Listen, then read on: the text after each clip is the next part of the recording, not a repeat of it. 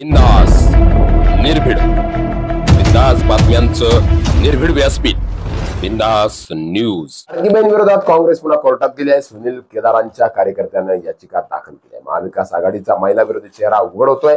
राज्य सरकारची महत्वाकांक्षी लाडकी बहीण योजना सध्या महाराष्ट्राच्या राजकारणाचा केंद्रबिंदू ठरली आहे। ही बंद करण्यासाठी विरोधकांचा प्रयत्न पहिल्या दिवसापासून सुरू असल्याचा आरोप होतोय।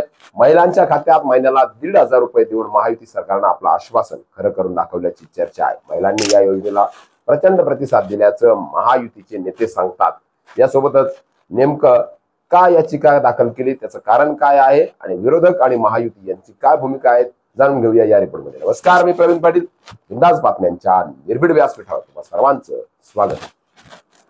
राज्यभरात लाडकी बहीण योजनेचे पैसे गरीब, गरजवंत, कष्टकरी महिलांना मिळत आहेत, परंतु लाडक्या बहिणीच्या विरोधात असलेल्या काँग्रेसला हे पचनी पडत नसल्याचा आरोप होतोय। अगदीच योजना बंद पाडण्याच्या वक्तव्यापासून ते कोर्टात योजनेला आव्हान देण्यापर्यंत प्रत्येक प्रयत्न काँग्रेसने केलाय। काँग्रेसच्या सुनील केदार यांचा कार्यकर्ता असलेला अनिल वडपल्लीवार हा लाडकी बहीण योजना बंद करायला पुन्हा एकदा कोर्टात गेलाय। राज्य सरकारचा निर्णय असंविधानिक, मनमानी आणि तर्कहीन असल्याचा आरोप त्याने केलाय। याचिकाकर्त्याने या केलेल्या आरोपामुळे पुन्हा एकदा खळबळ सुरू झाली आहे।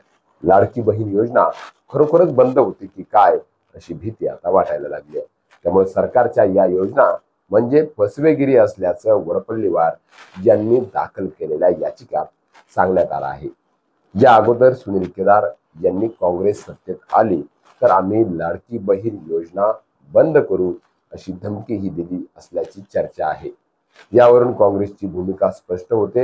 एकीकडं लाडकी बहीण योजनेचा विषय आहे, निवडणुका तोंडावर आहेत आणि निवडणुकीच्या तोंडावर जनतेला आश्वासनं द्यायची, आणि दुसरीकडं महिलांना मिळणारा योजनेचा लाभ थेट काढून घेण्याची भाषा करायची ही काँग्रेसची दुटप्पी भूमिका महाराष्ट्रातील जनतेच्या लक्षात आल्याचं महायुतीचे नेते यांनी आपल्या भाषणामधून वेळोवेळी उघड केलाय।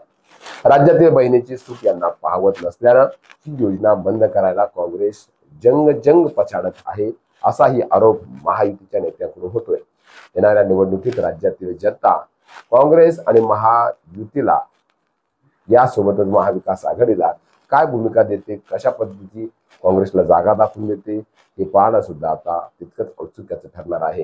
दरम्यान सरकारी तिजोरीमधून खर्च होत असलेल्या या महाराष्ट्राच्या लाडक्या योजनेला, लाडकी बहीण योजनेला खरोखरच या ठिकाणी वादंग निर्माण होऊन कायमची बंद केलं जातं का हे पाहणं सुद्धा आता औत्सुक्याचा आणि महत्वपूर्ण विषय ठरणार आहे।